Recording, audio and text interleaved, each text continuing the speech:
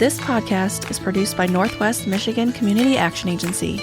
The Collective Us, an NMCAA podcast, focuses on inspiring you through stories of those we've helped through our programming or by linking local resources to community members in need.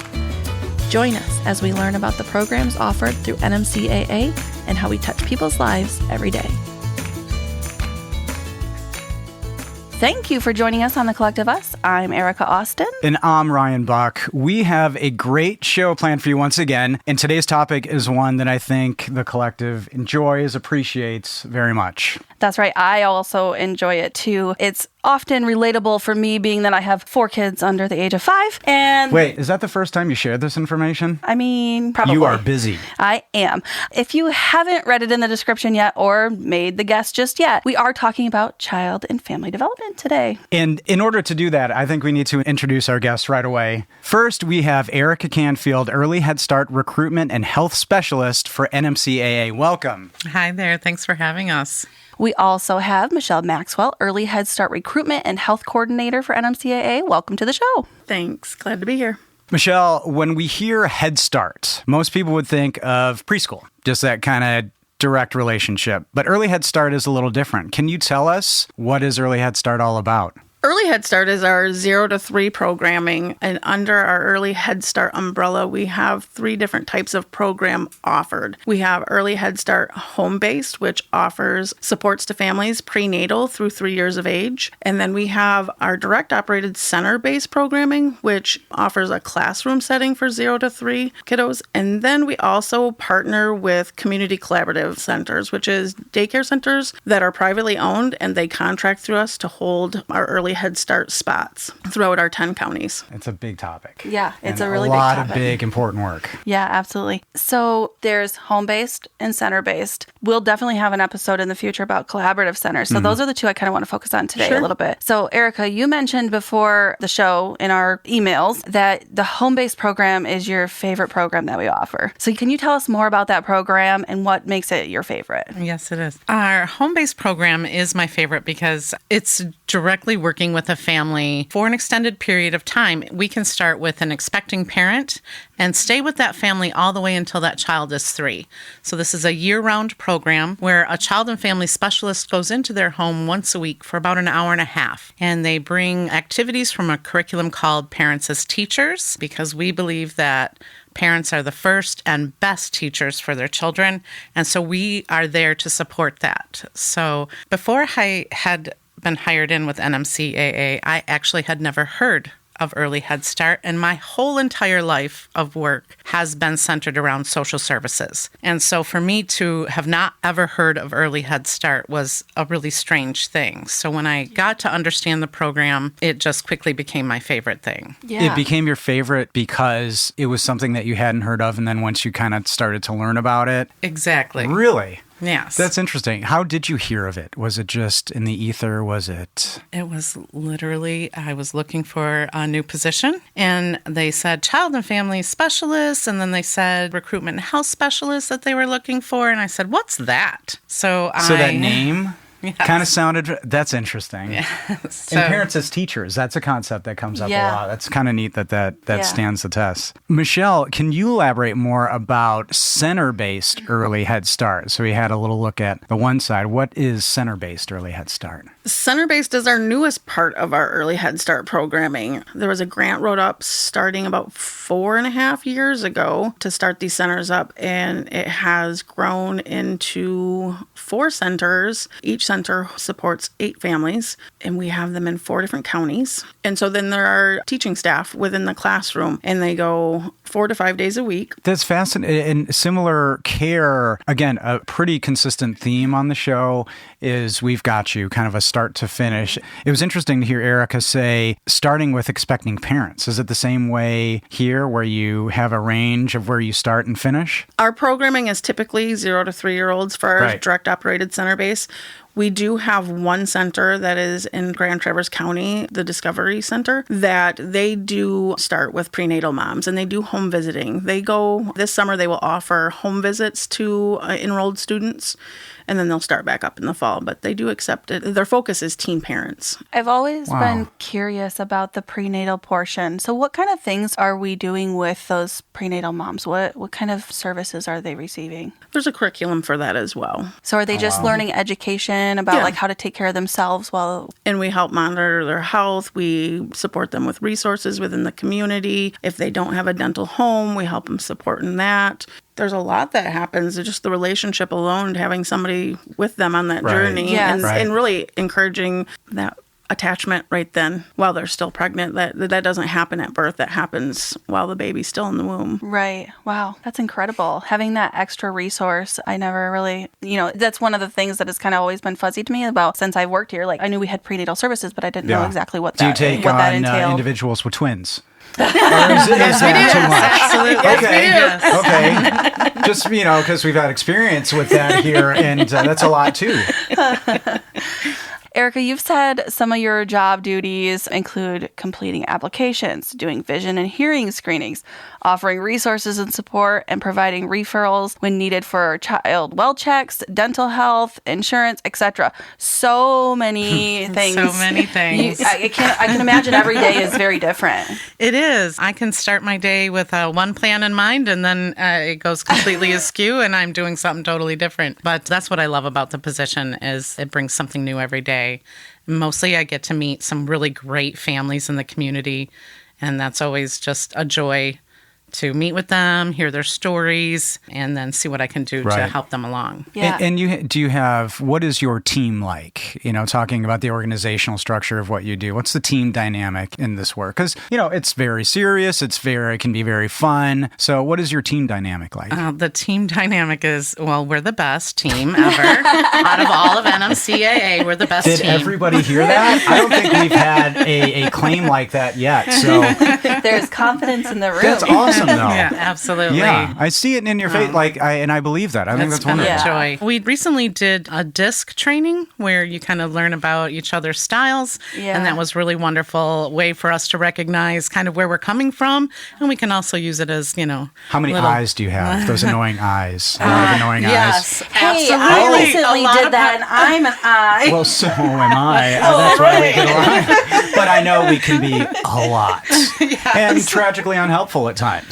But it's good to know how each other works. Yeah, and absolutely. because it does take a team of people to do this and, people caring for people. I think that's wonderful. Yeah. I would like to interrupt the show to introduce an acronym of the week. So I don't think we've actually done this one before, but we often, at least internally, refer to Early Head Start as EHS. Mm-hmm. So, acronym of the week. Yeah, EHS. I'm also really interested to hear, sorry, got to go back, but interested to hear about these hearing and vision screenings. This is something that NMCAA is required to do across the board in Early Head Start, and also GSRP, if I believe that's correct. Can you give me an overview, kind of like what does that look like for you? What do you need to do? How often do you do it? Those types of things. So for our home visiting program, I would bring the equipment with me right into the home, kind of get familiar with the family if it's been a while since they've seen me. But usually it's within a month or so after they've been enrolled, so it's not too long.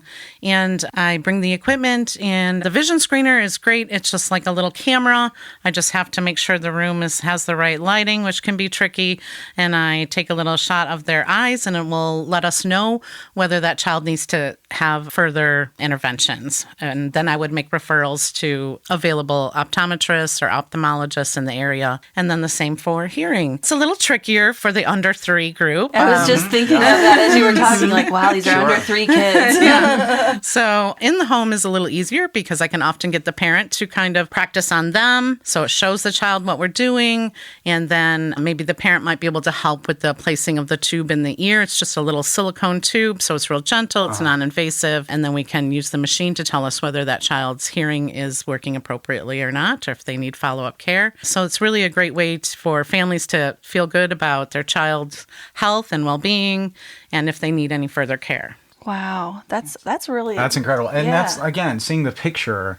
I like envisioning your day, because as we were putting this together, I'm thinking about it and moving around technical medical equipment, silicone tubes in ears, and then paperwork or what else you might have to do.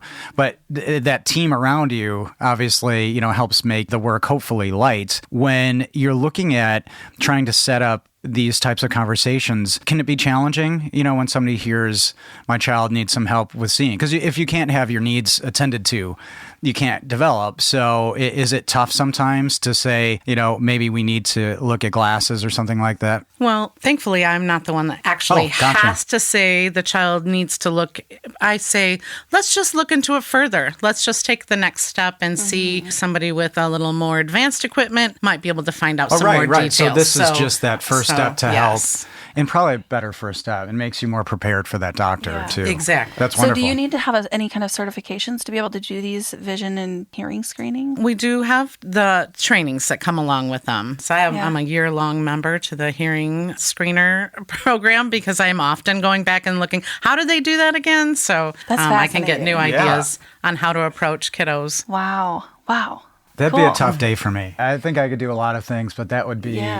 thank goodness for you both for doing and everybody around you doing these things. Absolutely. I heard you say you also did applications with families. We've talked about this process before on the show. Erica has even described her experience at GSRP, but is it different for Early Head Start? Yeah, absolutely.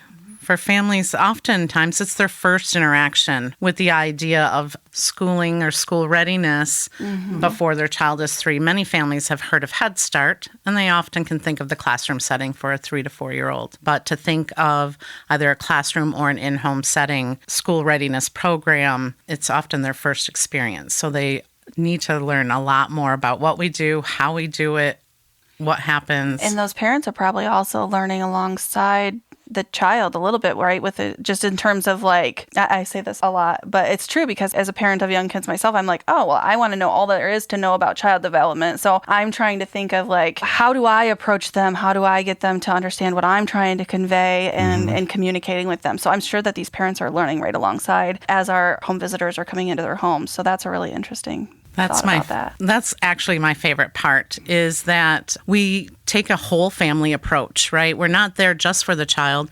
We're not doing just assessments on the child. We are letting the family describe where they are at, who they are, and what they want to be. So we help families navigate and explore those ideas. We don't tell them how to parent. We let them decide what are they interested in, what changes would they like to see in their family. So we help support those ideas and be intentional. Well, on that note, more detail about, these home visits, because we've had this question before in different areas. I think it bears, can you go into a little more detail about what these home visits actually, what's the approach? What does it look like? And it's probably different for every family, right? For sure. You were a home visitor for quite a while, right? Yeah, Michelle? yep. I did home visiting a long time ago. Yep, for quite some time. Families are offered weekly visits. We schedule around their schedules, what works for the family. The whole family is included in the home visit piece of it. We bring activities that they have chosen, what area of development they want to work on with their kiddo, and then materials are sometimes provided within their home. Sometimes we bring printed stuff, resources geared towards what they're looking for. And then it's really a built-in time for that family to interact with their kiddo and use the curriculum that's been provided for them to enhance that. So I'm talking a lot about myself today, but I'm curious. It's Since relatable. I have so many kids. I'm sorry. So many? So many. Well, You I have have your twins. children. I Wow. have my twins that are 9 months old, and then a 2.5-year-old daughter, and then my son who just finished GSRP. And so as somebody maybe like myself who has young kids, would we be able to have more than, I'm hoping that we would be able to take care for more than one of them with our early Head Start. So maybe you have a family that has 2 kids enrolled in the program. Would you see both of those kids within that same home visit, or would they have separate times for home visiting? So as of right now, we have 1 child enrolled, as officially enrolled into our programming. Okay. But we would never exclude any child. If a family had a question about an older child, something about their development or needed resources or supports with that, we absolutely would support that family and, trying to find some answers for them and problem solving and really just being there with them as they really try to problem solve and resolve any issues they might have or try to come up with solutions to anything that they have difficulties with. But Absolutely. If there's kiddos there, and our CFSs, our child and family specialists, are really good about adjusting development activities for development, where that kid is with their development. So you could have 9-month-old with an activity, and if they had a 2-year-old sibling, we could adjust that activity for that child too. And so the parent is really working with all the kiddos that are there, because it's really not the child and family specialist who's working with the kiddos. It's the parent. It's the parent. Yeah. And so, I mean, that really is, it's Just a full giving- family approach. Yeah. And Giving the little the parents one, those tools. yeah. Well, and the little ones, they gain from that. They get that parent's one-on-one attention in that moment, and that's Yeah. big. That's Yeah. huge. That's Yeah. big. What do you recommend to families do to best prepare for these home visits? Because these things go both ways, right? And if we have a moment to share with people, like, what can the families do ahead of time to make this a success for them and for you? There were some things that I asked the families to have in place, like pick a time that's not nap time, it's not your lunch time, a time where you're able to sit for like an hour with your kiddo, maybe not have devices available to the kiddo at that time so they can really be focused on their child. And no devices for parents either, Yeah, probably. because that sometimes gets really distracting, and like we have That's things a great to do. point. I would say- I'm meant both picturing ways. my brain. Well done. Like how Yeah, I meant both ways because life is busy and it's really distracting, and devices just kind of feed that piece too. So, and we talk about the next home visit at the end of that home visit as we're reflecting on what just happened through the home visit with that family and the child. Like, what did they see? How did they feel about that? Like, where would they like to move next? So then they're aware of like what that next visit's going to look like. So they're prepared and they're not surprised by what activity's coming. They've helped develop that. So they've really taken control over what's next for their family. Yeah, we're just a support staff. Yeah, That's amazing. We provide a curriculum where they can see, like, these are the things that could be available for my kiddos. This is where we can go next for And them. all of this is free. Free. That's amazing. That comes up a lot too, just saying. It's sometimes I'm like, oh yeah, these services are free. That's amazing.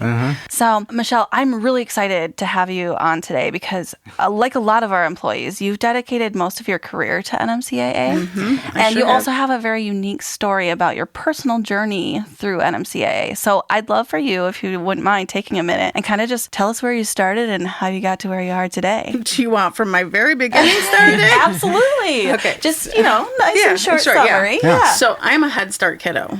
I remember being in a Headstart classroom, running to the barn to get the first tricycle, and my mom was on policy council. So then my kiddos, my oldest daughter, I bugged the Headstart workers. I need her in. I want her in. And so mid-year, she got accepted into Headstart. I never left. I volunteered in the classroom as much as they would have me. And my son was enrolled in Headstart. I had 2 of my kiddos through early Headstart into Headstart. And then one day they were like, we need a sub bus driver. I'm like, I'm in. I'll do that. And she's like, well, there's some stuff that needs to happen first. I'm like, my husband's a truck driver, so I went and got my CDL, took all the classes to become a bus driver, and an assistant teacher position opened up, and they're like, so? I'm like, sure, I can go to college. Let's do this. I'll do it. So I went to college. Yeah, I'm the first person in my family to go to college, and it's because of the early Head Start staff that supported me. So really my journey is about paying it forward. Yeah. Oh. There's an intimate piece to early Head Start to where there's huge growth that can happen with just a little bit of support and belief, because we're strength-based too. Absolutely. We find these strengths. We hear and that a lot. We support Yeah, these. right, We right. support these families in finding strengths within themselves. We don't point them out. We let them find those strengths within themselves. Yeah. They take ownership of that. Yeah. And just a little bit of support, be like, yeah, I can see that in you, will help that person go, I see it in me too. Let's do this. Yeah. And so that was a thing. And here I am. That's incredible. Yeah, I've had some other jobs throughout, being the CFS for early Head Start, the child and family specialist. And then That was another acronym. Sorry to interrupt. Yeah, Yeah, that's another right. acronyms. And then I was part of opening one of the first centers that we had, our new center-based baby. So over in Houghton Lake, I helped open that up as the family and center specialist over there. That's so cool. Does it suffice to say that you're pretty protective of this organization? Very proud of. Oh, my goodness. Because I've already heard best team. I don't think anybody could take down the strength of this positive team right here Yeah. and the journey that's going on. No. Now, and I know you gave it to me, but I don't have the actual number of years you've been with us. Can you share? This August will be 24 years. 24 years. Incredible. Yeah. Kudos to you. Congratulations. Wow. And again, this is a rarity in my experience, this kind of longevity and tenure. And I love that NMCAA celebrates its employees and it develops from within. I don't think this is the first time we've heard, I got to go to college. Yeah. Yeah. Yeah. Yeah. I got to go to college. Yeah. Yeah. And I wouldn't have thought that was in my future. And you said you're first in your family? Yeah. And again, that's an NMCAA tenet too, setting up for the future and giving you the tools to self-sustain. Yeah. Yep. Awesome. Well, as we are celebrating our 50-year anniversary this year, we're gathering information about our organization from those who have been here for a hot minute, as you have as well. So can you tell me, based on your experience, how has NMCAA evolved over the years for the better? How has things changed? Just in size alone, we've grown. The number of families that we're able to support has grown so much. I don't know the exact numbers, but sure. I know it's a lot. And one thing I know changes the question you asked, but consistency is one of those really key pieces. It's That's good. really good, It's too. good people. Yeah. It's supportive people. And there's something that we say amongst ourselves, and I don't know if it's something that's ever been brought up to here, but there's people who have Headstart hearts. We haven't heard that, I don't believe. Yeah, and so through as a CFS, there was a group of us coworkers that were like, they got a Headstart heart. And so that's really that has never changed. And I think that is just key. And so we talk about the changes of it, but that is key. They're just good people. They're not here to get rich. They are here to support families, fight poverty. That's just a consistency. Yeah. Wow. Well, this will sashay, I think, really well into this question, Michelle, because Erica, we talked about this a little bit with team, and I'm really fascinated by you as a leader. Some of your job duties include making sure EHS recruitment and health specialists are meeting their requirements. So you have some task mastering to do. You have a staff that reports to you? Yeah, yep. And how many people does NMCAA have on staff for recruitment and health? So for Early Head Start, there are 4 Early Head Start recruitment and health specialists, and then we also have Head Start recruitment and health specialists. There's 5 of those, and I have a cohort who is the Head Start RNH coordinator, and then our ERC manager. So we have people. And people. We've We had have a couple people. of them on before. Yeah, So yeah. Head Start Hearts, what is your leadership style? Do you try to take some of that in as you're developing it? And how are you developing your leadership style with this? I am a firm believer in the strength-based growth. Focus on the strengths. Those areas that need focus, they're going to get recognized, and they're going to work on them intrinsically because they're so focused on their strengths. We can build within our strengths. That's The word I awesome. would use is empowered. Oh, I feel okay. my supervisors and the team, we feel empowered to do our jobs, Yeah. right? So we intrinsically, just like Michelle said, have a desire to do things as well as we can, and we feel empowered to do so. We can ask for resources. We can lean on each other. We can make decisions in our own scheduling kind of thing that help best work for us and the families, right? That's our goal, is to meet needs wherever we can. So Erica, that's super fascinating, the empowerment, because I think a lot of people, and I've worked for places that used it as a lip service term. It was a hot employment term for a while before other terms took its place, right? So it feels like empowerment really happens. Do you have a story of when you were able to feel empowered, or an employee of yours felt empowered to do something that made a difference, that was a little different? Not to put you on the spot. You don't have to have a monster story. I would need a minute to think about that one. Okay, that's fine. If you think of That's one a later, great because question, again, though. it bears that empowerment. Maybe this is me bringing baggage, but it was a place where we were empowered and I never felt empowered. I mean, it was just told to me for an HR training thing, and it just didn't really, it didn't happen in real life. But all the things that you said already are very empowered motions. But if you think of a story. Can I share just a little bit? So Yeah. in our, there are requirements, but there's flexibility in how you meet those requirements. And we know that each individual has their own style of getting things completed. And so there's a lot of that within our group, is flexibility in how you get to the end goal. And so I think that's a piece of that empowerment. Is there's not nope, you have to do it like this. There is hey, this just needs to be done. What do you think is going to be the best way for you to get that completed? Yeah. And then they get to problem solve. If they need some supports, they can reach back to one of us and they can check in with us, and then we can move forward with different resources, different tools, just planning. It's something that the work is theirs. It's going to reflect them, and they know that. It doesn't reflect anything back on myself. It's really a reflection of them, and they get to take those successes and be like, this is mine. Yeah. I did this. Yeah. That's Which awesome. I feel is really important. Michelle, and speaking on less flexible terms, because we've been all very up with people and flowy, but you also help with selection process for enrollments for EHS home-based, center-based, and verify EHS applications on top of reviewing health data. Yes. So again, less flexible. Can you give us a little insight into kind of what this looks like and how this applies to your day and the mission? Yeah, yep. So once our recruitment and health specialists have completed applications, all of our kiddos are collectively put on a wait list through priority points. I collaborate with leaders of those programs, and we go through that wait list, and we have criteria of how we pick kiddos. So we go through those kiddos. We turn to the RNH, the recruitment and health specialists, because they're the experts in those families. They see the families. They know the story a little more intimately of these applications they take. So we turn to them too and say, hey, what are your thoughts on this? How does this feel? What do you think their needs are going to be? So we take quite a few people's perception of that while we're following the concrete, not flexible criteria to make best selections for those families and moving forward. Health data, I'm pretty fortunate that our recruitment and health specialists, they are on top of that health collection. They keep really good tracking.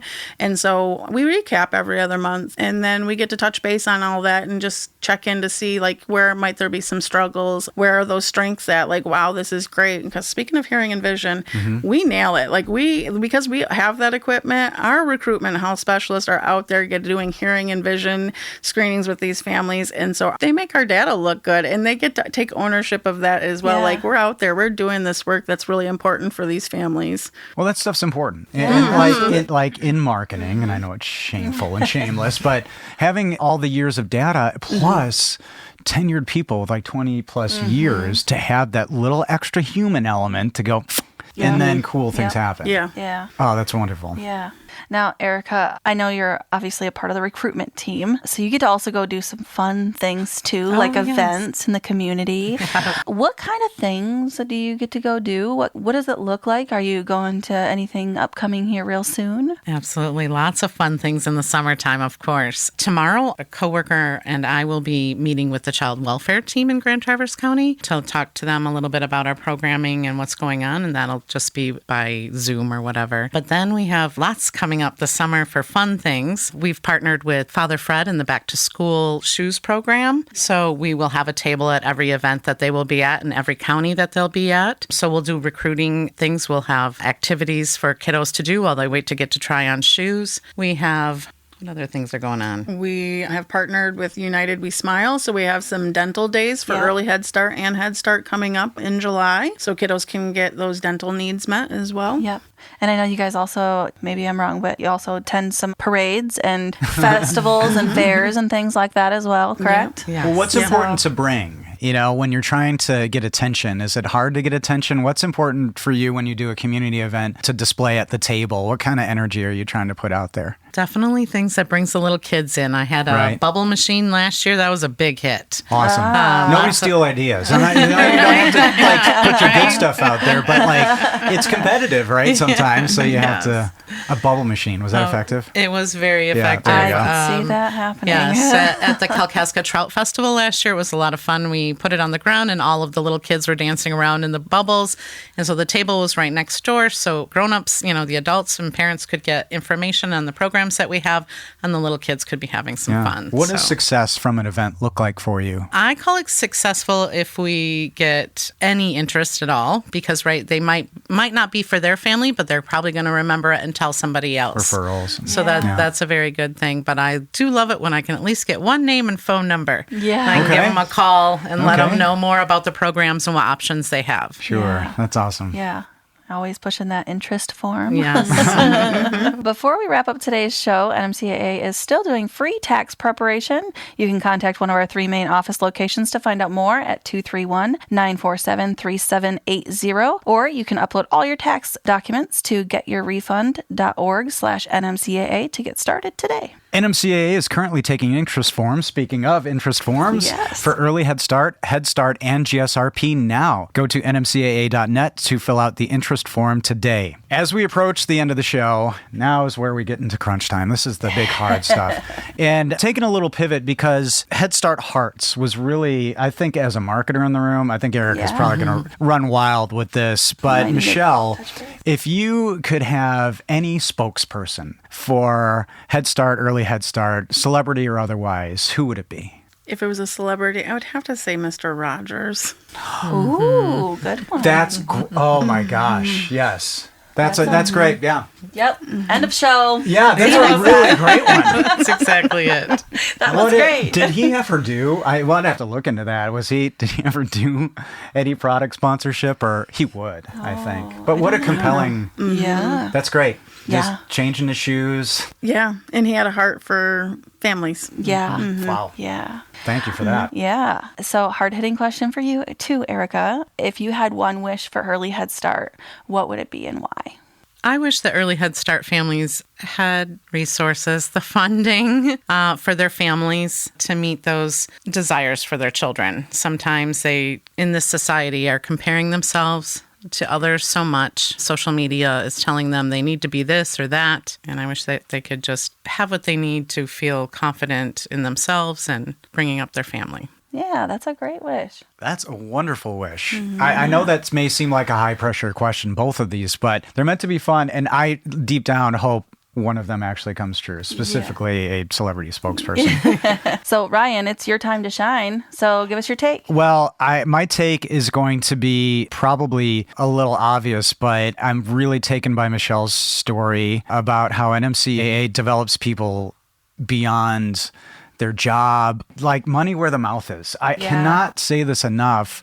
I've not heard of anything like this. I've not heard of, well, here, we'll support you in an education, getting some job training is one thing, but huge things like college and huge things like this openness. I know it's smart from an organizational standpoint to develop from within, but that is really the next step. And it creates, I think, great loyalty and amazing people with amazing perspective. Yeah. To have 24 years, 10 years plus even, I think that's magical. So yeah, I'm really inspired by this. Well, thank you both for being guests on our show today. We really appreciate you taking the time out of your schedule to be here with us. Thank you. Thank you. Thank you so much. To the collective, if you enjoy listening to this podcast and would like to consider becoming a sustaining donor with a recurring gift or contribute a one-time donation, please check out nmcaa.net/donate and type Collective Us Podcast in the special instructions. If you're a business and would like to sponsor the show, please send us an email at collectiveus@nmcaa.net and put sponsor in the subject line.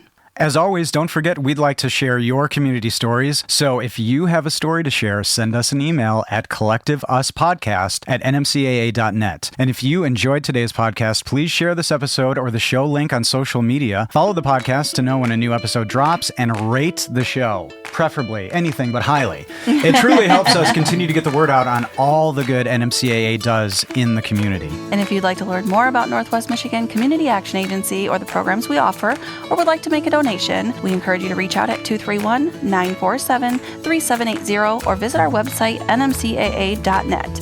And to the collective today, we encourage you to continue to strive each day to do something to help yourself or your neighbors.